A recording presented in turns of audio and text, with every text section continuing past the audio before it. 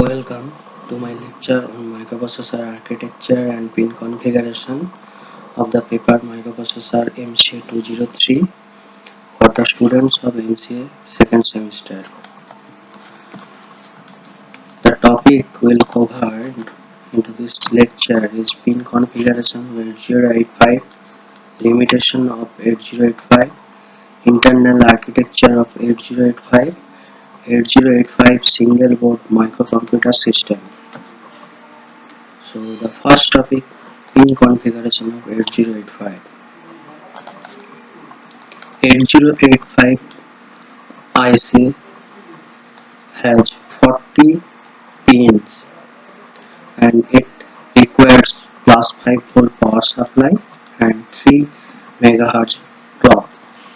These pins are grouped into several categories based on its function, and this is shown here. These pins, that is the signals, can be classified into 6 groups. These are address bus, data bus, control and status signal, power signal and frequency signal, externally initiated signal, serial I/O port. So we have to know in detail these categories of signal. First, address bus and data bus. So 8085 microprocessor has 16 signal pins for address and data buses. These 16 pins have two parts, A8 to A15. These 8 pins act as high order address bus, and AD0 to AD7 act as low order address bus. This low order address bus also act as data bus sometime, and this is possible by using the technique of bus multiplexing. So these are the address and data buses. Next, control and status signal. 8085 microprocessor has two control signal, read and write, that is RD bar dash and WR dash, and these two signal is used to read data from memory or IO or write data to memory or IO, and three status signal, IO memory, S1 and SG. The dashed symbol in each signal, RD, WR, IO memory dashed, signifies that these are active low, that is these are active when its value is 0. And there are three data signal, IO memory, S1, S0, and one special signal, AL. The IO memory signal is used to differentiate is it a IO operation or memory operation, and one special signal, AL, is used to uh, de-multiplex address bus and data bus. The S1 and S0 status signal with IO memory, um, the list and the different type of operations for these combinations of status signals is given in the table. For IO memory value 0, status S1 1, S0 1, it indicates opcode fetch operation. Similarly, memory read operations value is this, memory write values is this, and etc. The next thing is ALE signal. This ALE signal is used to demultiplex AD0 to AD7, that is the low order address bus, act as address bus when ALE signal is high, and when ALE signal goes low, it acts as data bus. Now the power signal and frequency signal. The power signal VCC is plus 5 volt and frequency required in 8085 microprocessor is 3 MHz. That is why a crystal oscillator of 6 MHz is um, connected and a internal circuit that divides this frequency by 2. As a result, the microprocessor gets 3 MHz frequency. The clock out signal is used to provide clock for other devices. Externally initiated signals mainly includes interrupt. There are 5 types of interrupts, and another two signal is hold and HLD, and another one is ready signal. The first type of interrupt is INTA, that is a general purpose interrupt, and INTA is used as an interrupt acknowledgement signal, and RST 7.5, 6.5, 5.5 are vector interrupt, and it has higher priority than INTR.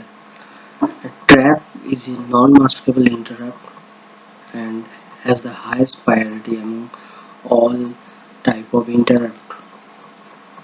Hold signal is used by DMA controller to use the address and data buses, and HLDA act as acknowledgements uh, for hold signal. Ready signal is used to delay the microprocessor uh, by some peripheral devices to read or write cycle. So these are the different type of externally initiated signals. Externally initiated signal includes not only interrupt but also reset in and reset out signals. So reset in signal is to reset the microprocessor, and reset out signal is to reset the peripheral devices connected with the microprocessor. Serial I/O port has two signals, SID and SOD. SID is for serial input data, SOD for serial output data. And now, so these are the pins we have discussed for 8085 microprocessor. Now, there are two limitations of 8085 microprocessor. As the address and data bus are multiplexed, and another disadvantage is there is no separate control signal for I/O and memory. We can solve this problem using these circuits. So, as I say, the address and data bus are multiplexed. We have to demultiplex the address and data bus using a latch and with the help of ALE signal. If the ALE signal goes high, this multiplex data bus is demultiplexed into uh, address bus, and if it is ALE signal goes low, it acts as data bus. Another problem is there is no separate signal for I/O and memory operation. We have to generate separate control signal for memory and I/O, and we can do it using these gates. And we find memory related control signal and I/O related control signals separately.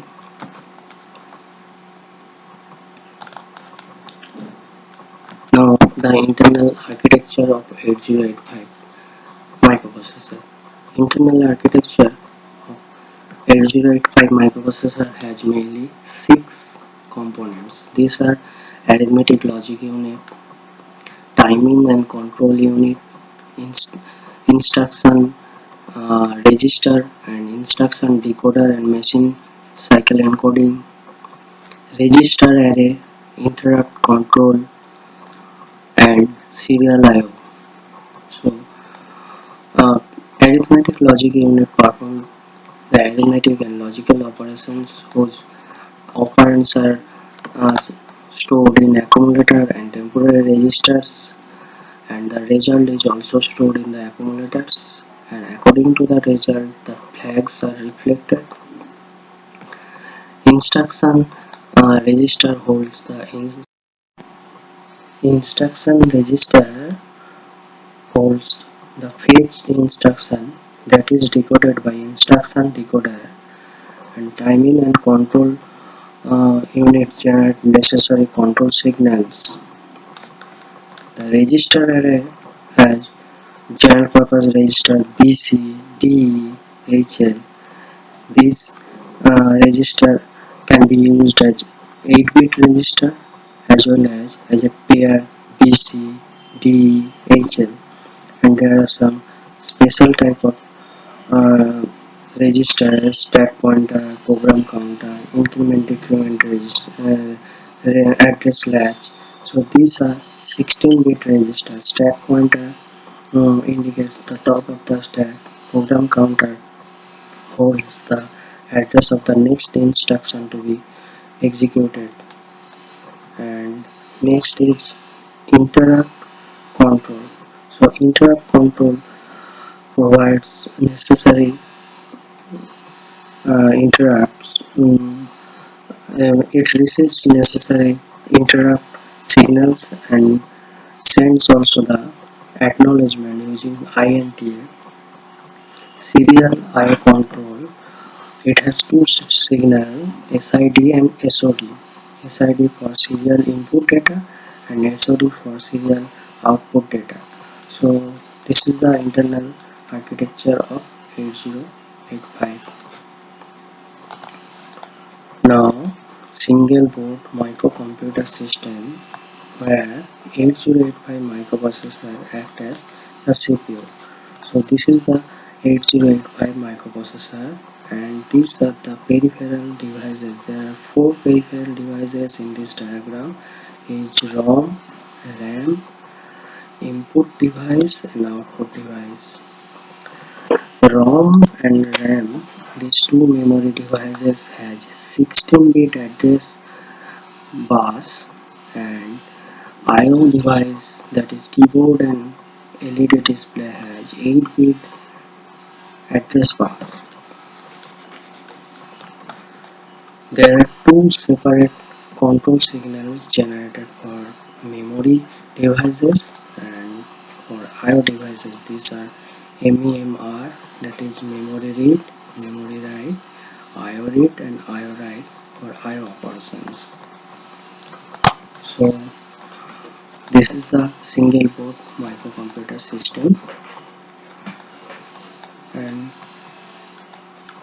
the ROM is connected with data bus. RAM is also connected with data bus. Input device and output device are all connected with internal data buses. So the reference book I request to follow the Microprocessor Architecture Programming and Application with 8085 5th edition printed by Ramesh S. Gawkar. I think this lecture will help you to understand the topic.